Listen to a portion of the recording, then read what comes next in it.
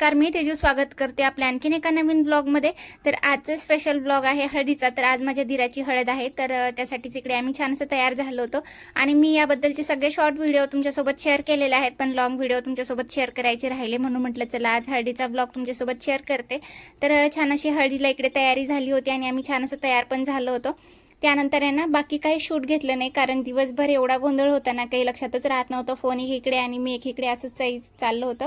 आणि मग त्यानंतर संध्याकाळच्या वेळेला जेव्हा हळदीला सुरुवात झाली ना, तेव्हा म्हटलं चला आता तरी ब्लॉग स्टार्ट करूया, तुमच्यासोबत पण काही आमच्या इकडचे रिच्युअल्स काही पद्धती शेअर करता येतील। तर चला तर असंच कंटिन्यू राहा ब्लॉगला।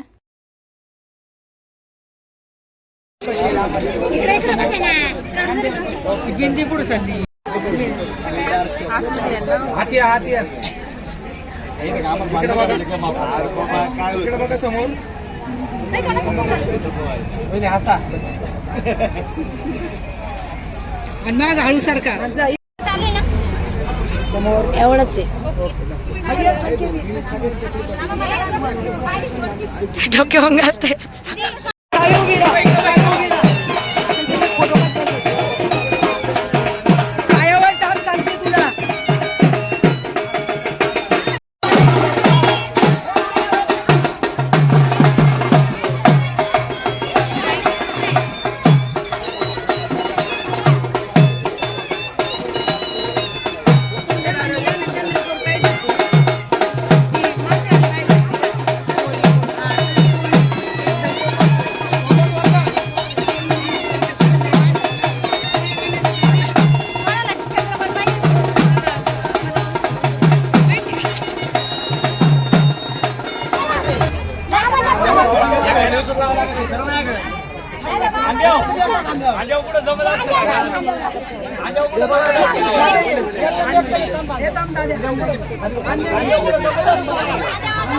खांदे नको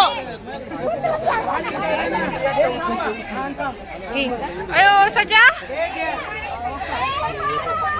वर बघा वर बघा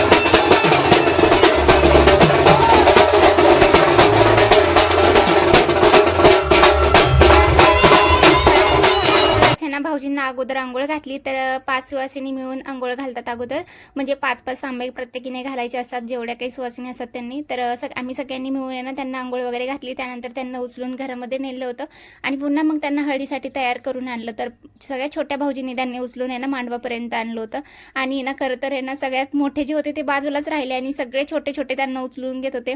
जसं की आतमध्ये नेताना आहे ना सगळ्यात छोट्या मामाचा मुलगा आहे, तर त्यानेच उचलून घरामध्ये नेलं होतं त्यांना, आणि हे जे मोठे होते ते लांब लांबच होते। तिकडे आम्ही हळद नाचवत होतो आणि इकडे माझी लाडूबाई एकटीच नाचत होती, कारण तिला काही कुणाची गरज नाही ती, आणि तिचा डान्स भरला।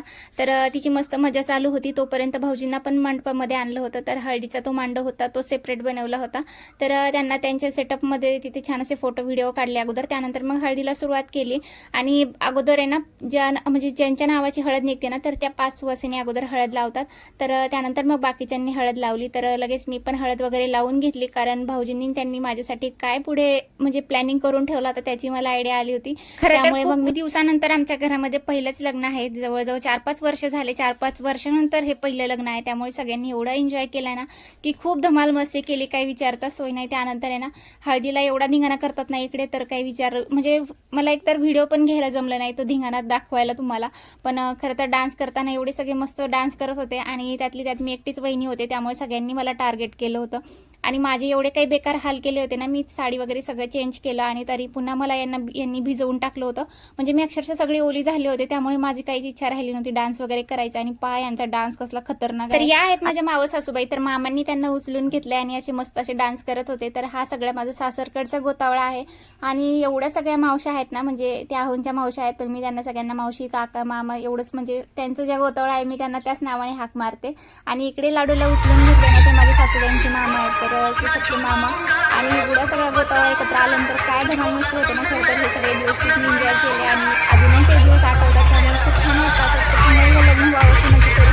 आणि इकडे मामांचे सगळे डान्स करत होते आणि आहोंनी डान्स करत होते. आणि त्यानंतर मग आहे ना, म्हणजे त्यांनी एवढी हळद वगैरे लावली होती ना, अक्षरशः भंडारा चोळला होता तो, डोळ्यात कानात सगळीकडे गेला होता, त्यामुळे सगळी जळजळ होत होती तोंडाची. आणि त्यामुळेच मग माझी काही इच्छा नव्हती, म्हणून मग इकडे सगळे बाकीचे डान्स करत होते.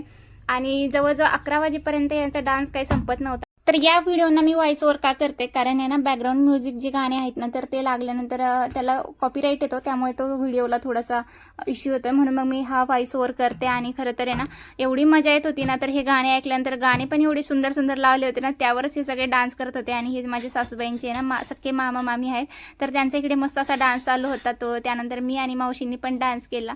तर सगळ्या ह्या माझ्या मावस सासूबाई आहेत, अशा सगळ्या 6-7 मावस सासूबाई आहेत माझ्या. आणि म्हणजे माझ्या सासूबाई, हा माझा सासरकडचा गोतावळा एवढा भारी ना, मला कधी कधी असं वाटतं की म्हणजे आमच्यासारखी फॅमिली खूपच नसताना एवढी भारी आमची फॅमिली आहे सगळी सासरकडची. म्हणजे माहेरकडचा आपला गोतावळा तर असतोच, म्हणजे सगळे आपल्याला जीव लावतात हे ते, पण सासरकडे असा गोतावळा भेटायला नशीबच लागतं खरं तर ना. एवढं भारी फॅमिली ना माझी, म्हणजे माझ्या सगळ्या मावस सासूबाई ते एवढं जीव लावतात ना, असं वाटत नाही की ते माझ्या मावस सासूबाई आहेत. जेवढे मी माझ्या मावशींसोबत, मम्मीसोबत जेवढे म्हणजे आमचं एवढं छान बॉन्डिंग आहे, त्यापेक्षा जास्त दुप्पट माझं या सगळ्यांसोबत बॉन्डिंग आहे, त्यामुळे मला असं काही वाटत नाही. आणि तेवढेच मी सगळ्यांसोबत फ्रेंडली पण आहे, त्यामुळेच मी एवढे सगळे प्रोग्राम एवढे छान एन्जॉय केले. खरं तर आमच्या लग्नामध्ये खरंच एवढं एन्जॉय करता आलं नव्हतं, कारण कोरोनामध्ये लग्न झाल्यामुळे ना सगळ्यांना भीती वाटत होती, त्यामुळे एवढं काही म्हणजे एकदम असं फ्रीली कोणी डान्स वगैरे करत नव्हतं, एकमेकांजवळ येत नव्हतं. पण या लग्नामध्ये आम्ही एवढा एन्जॉय केला ना, पुन्हा असं वाटतं की पुन्हा तिथे लग्न व्हावं घरामध्ये, पुन्हा सगळी फॅमिली एकत्र येईल.